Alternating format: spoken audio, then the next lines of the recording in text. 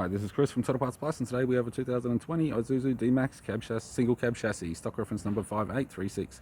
This shape runs from the 11th month 2016 and is the current shape. It has a 4JJ3 3-litre 4-cylinder turbo diesel engine backed by an automatic rear-wheel drive transmission.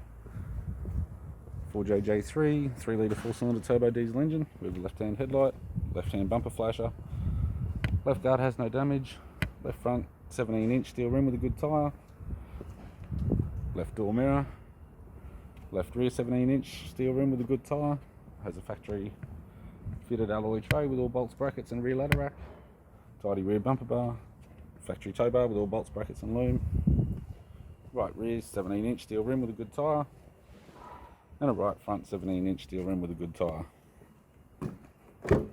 We have the driver's side door trim, power window master switch. This vehicle is fitted with black cloth interior, automatic console, automatic gear shifter, heater controls, factory touchscreen media player, interior mirror, courtesy lamp, left sun visor, right sun visor, instrument cluster, and a tidy 3-spoke vinyl steering wheel with cruise and audio buttons.